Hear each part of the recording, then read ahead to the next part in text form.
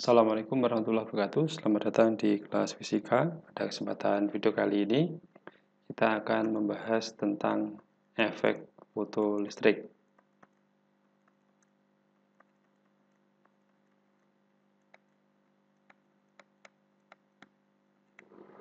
Nah, efek fotolistrik ini pertama kali diamati oleh Hertz pada tahun 1887. Jadi diamati oleh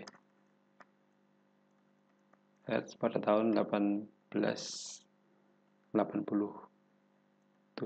Dia mengamati adanya percikan partikel dari logam ketika terkena cahaya yang mengenai logam tersebut. Jadi adanya lompatan partikel dari logam yang kemudian itu disebabkan karena adanya cahaya yang mengenai logam tersebut. Jadi kemudian inilah yang kemudian disebut sebagai efek fotolistrik. Partikel yang memancar dari logam itu yang kemudian dikenal sebagai elektron. Jadi kalau digambarkan misalkan di sini ada sebuah logam dalam skema percobaan yang dilakukan oleh Hertz, kemudian ini dihubungkan. Nah, ini ada dua logam, kemudian disinarkan oleh gelombang monokromatik dengan frekuensi tertentu, maka di sini akan ada elektron yang terlepas dari logam ini. Nah, ini adalah gambaran dari adanya efek fotolistrik. Nah, kemudian efek fotolistrik itulah yang kemudian kita bisa manfaatkannya untuk membuat panel surya. Jadi ada lembaran panel surya yang biasanya terpasang di lampu-lampu di jalan. Itu ada sebagian yang menggunakan panel surya. Jadi ketika ada cahaya yang mengenai lembaran panel surya itu, maka di situ ada elektron-elektron yang lepas yang kemudian menghasilkan arus listrik. Nah, untuk efek fotolistrik ini ternyata tidak bisa dijelaskan dengan menggunakan teori-teori yang ada pada fisika klasik atau teori yang menyatakan bahwa cahaya sebagai gelombang. Nah, seperti apa ketika efek fotolistrik dijelaskan dengan cahaya gelombang atau cahaya sebagai gelombang, sehingga ternyata tidak ada kesesuaian antara hasil pengamatan. Jadi kita akan mencoba mengulas penjelasan-penjelasan tentang efek fotolistrik itu jika dijelaskan menggunakan pandangan klasik, yaitu cahaya sebagai gelombang. Nah, ini ada yang pertama, kita akan mulai dari pandangan fisika klasik.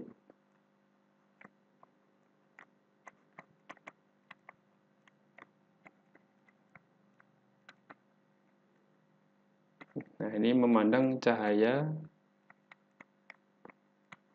adalah gelombang.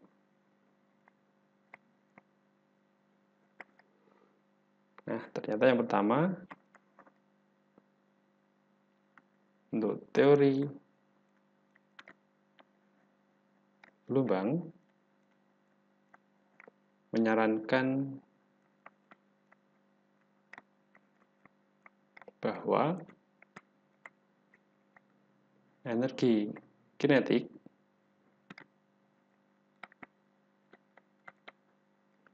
dari elektron foto. Nah, elektron foto ini adalah elektron yang terlepas dari logam setelah terkena cahaya monokromatik. Nah, ini jadi dalam teori cahaya sebagai gelombang atau fisika klasik itu menyarankan bahwa energi kinetik dari elektron yang lepas tersebut ini akan semakin besar energinya jika intensitas cahaya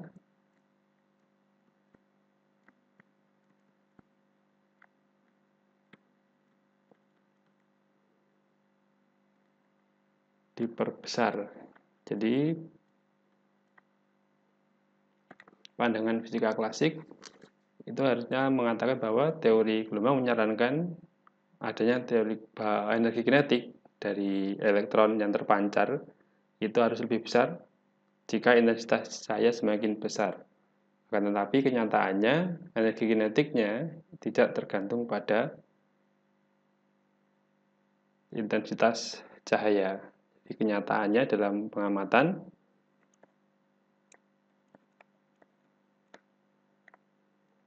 dalam eksperimen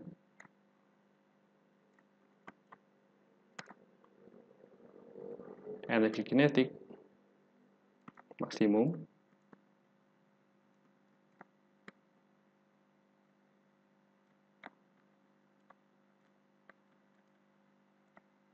tidak bergantung intensitas.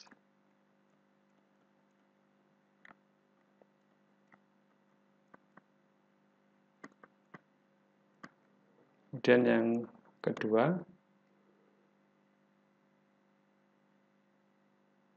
nah menurut teori gelombang,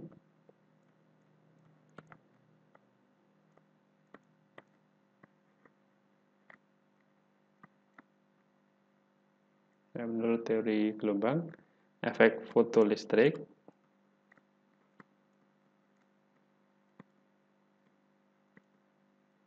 dapat terjadi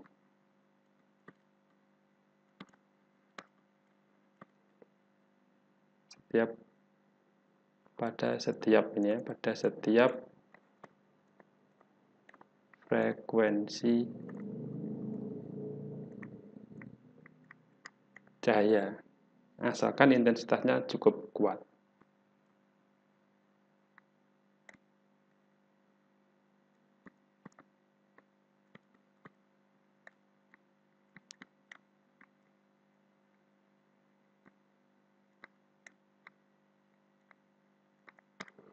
Nah, ini jadi dalam pandangan cahaya sebagai gelombang atau fisika klasik, efek fotolistrik itu dapat terjadi pada setiap frekuensi cahaya dengan syarat intensitasnya itu cukup kuat. Nah, tetapi ternyata dalam kenyataan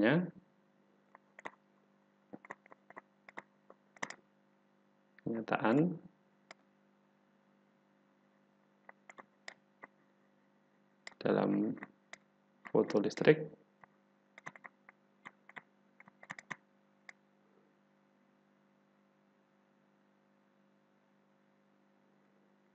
jika frekuensinya lebih rendah dari frekuensi ambang, maka tidak terjadi efek fotolistrik.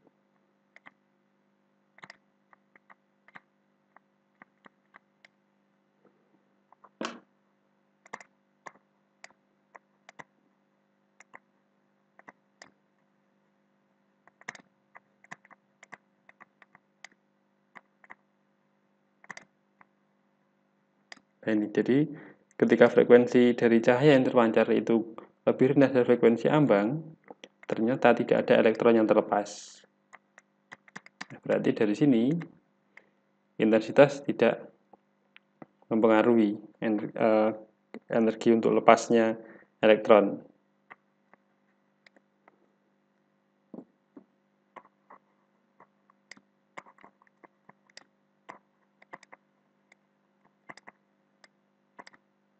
Kemudian yang ketiga,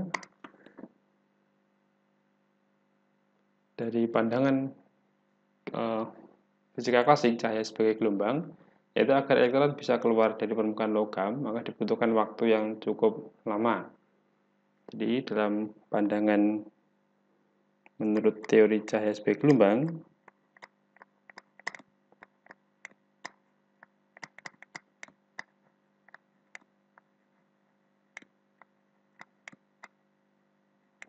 elektron itu akan keluar dari logam atau lepas dari logam, itu akan perlu waktu yang lama.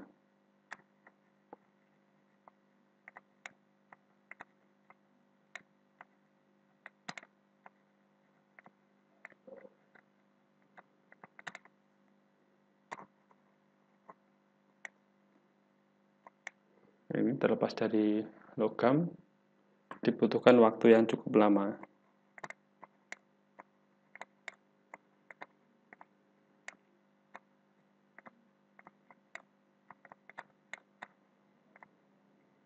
Nah, padahal kenyataannya waktunya itu sangat singkat.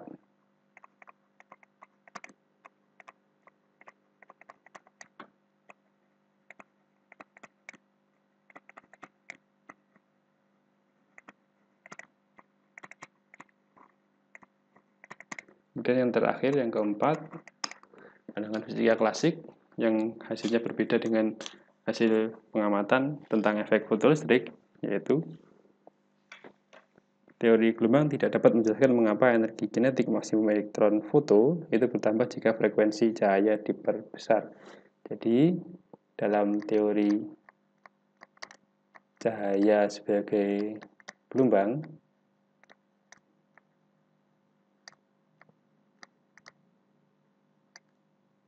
ternyata tidak dapat menjelaskan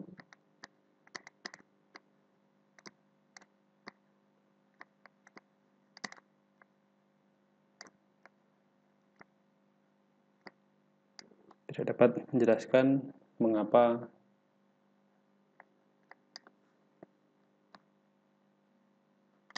energi kinetik elektron yang terlepas dari logam atau elektron foto itu bisa bertambah besar jika frekuensinya diperbesar.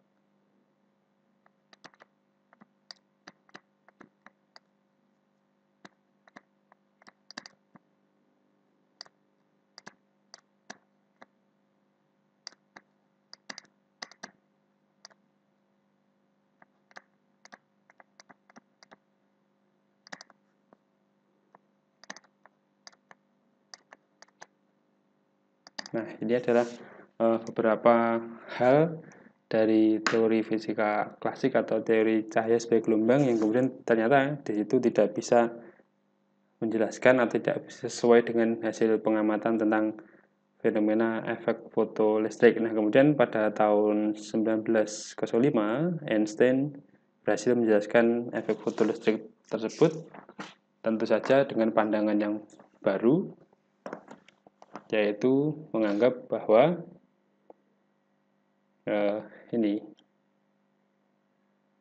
cahaya itu merambat dalam bentuk paket-paket energi yang disebut dengan foton, sebagaimana tadi sudah disebutkan dalam teori kuantumnya Max Planck. Jadi, efek fotolistrik bisa dijelaskan oleh Einstein dengan menganggap bahwa cahaya merambat sebagai paket-paket energi foton.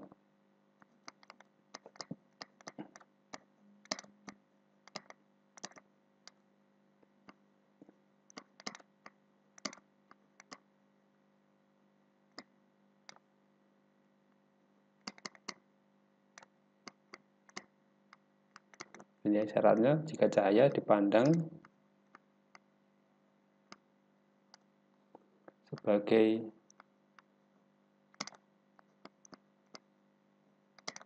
paket-paket energi atau yang disebut dengan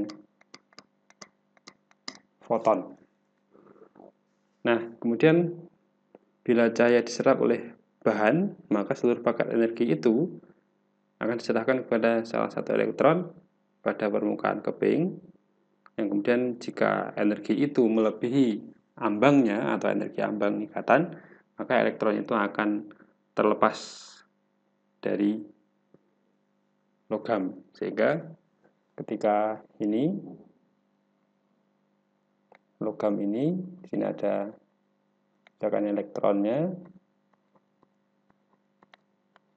dengan energi ambangnya adalah W0, kemudian disinari dengan cahaya dengan frekuensi F, maka elektron ini akan keluar dengan energi kinetik EK. Nah, berarti energi dari foton ini yang kemudian digunakan untuk lepas dari ikatan logamnya. Jadi, ketika energinya lebih besar daripada energi ambang, maka elektron akan terlepas atau lari dengan energi kinetik EK, sehingga dari situ dapat dirumuskan bahwa energi kinetik maksimum dari elektron ditambah dengan energi ambang, ini harus sama dengan energi dari foton. Nah, jadi energi foton itu dengan frekuensi F akan digunakan untuk lepas dari ikatan sehingga menghasilkan energi kinetik maksimum EK. Jadi ini saya tuliskan kembali. Untuk F ini adalah frekuensi foton. Kemudian EK berarti ini adalah energi kinetik elektron. Kemudian untuk W0 energi ambang.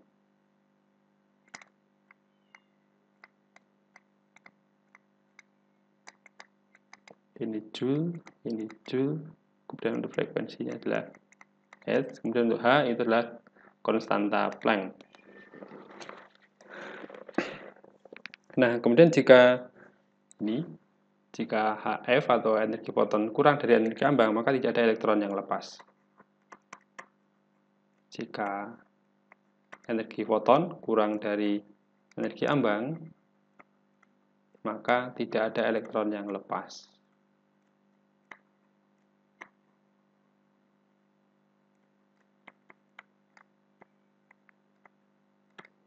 Akan tetapi jika lebih besar atau sama dengan, maka elektron dapat terlepas dan memiliki energi kinetik. Ya, jadi jika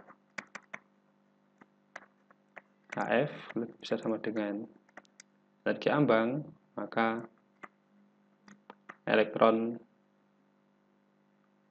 dapat lepas dengan energi kinetiknya EK sama dengan HF min W0 atau W ambang, energi ambang, gitu ya. Nah, kemudian kita juga bisa merumuskan kembali dari tadi yang telah kita peroleh persamaan yang awal tadi, bahwa dari sini juga bisa HF ini sama dengan energi kinetik plus energi ambang. Nah, kemudian untuk HF ini adalah Hc per lambda. Kemudian untuk energi kinetik dari elektron setengah mv kuadrat plus ini adalah Hf0. F0 berarti frekuensi ambang. Nah, nanti bisa kita peroleh C per lambda sama dengan setengah mv kuadrat plus Hc per lambda 0. Ini juga bisa menggunakan persamaan ini jika yang diketahui adalah panjang gelombang atau panjang gelombang cahaya. Nah, maka kita bisa juga memakai persamaan ini. Nah, kemudian dari pembahasan di atas dapat ditarik kesimpulan tentang efek fotolistrik yang dijelaskan oleh Einstein. Ada beberapa kesimpulan. Jadi yang pertama, energi kinetik tidak bergantung pada intensitas cahaya. Jadi energi kinetik tidak bergantung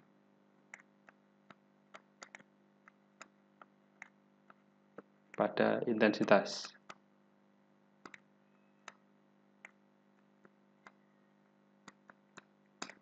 Jadi energi kinetik hanya bergantung pada frekuensi. Nah, sedangkan intensitas ini hanya mempengaruhi banyaknya elektron. Intensitas cahaya mempengaruhi banyaknya elektron yang lepas.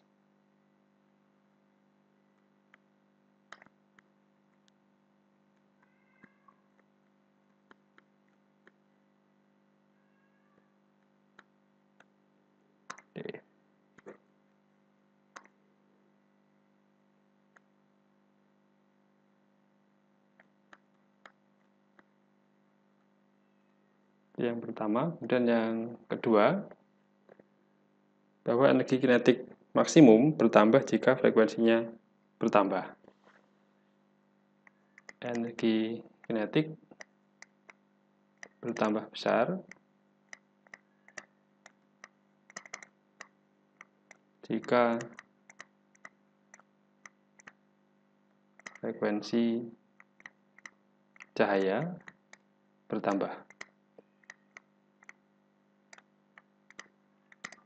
Kemudian yang ketiga,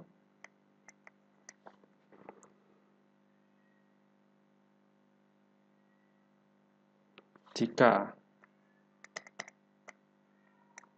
frekuensi foton kurang dari frekuensi ambang, maka tidak ada elektron yang lepas.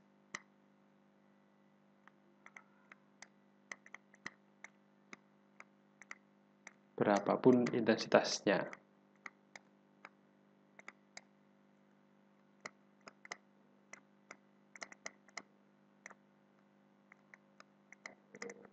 Dan yang terakhir, yang keempat,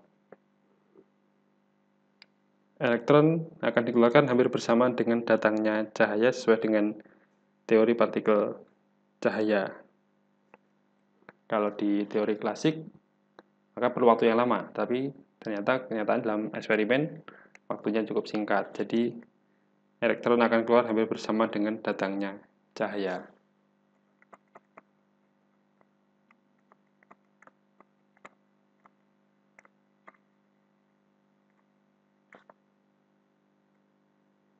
Dengan selisih waktu yang sangat kecil.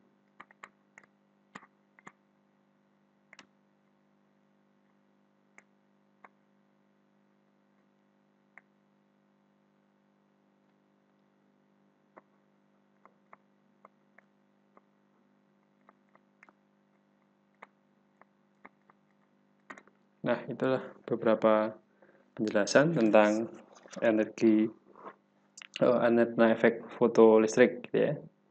Nah, mudah-mudahan ada manfaatnya. Saya akhiri sekian. Assalamualaikum warahmatullahi wabarakatuh.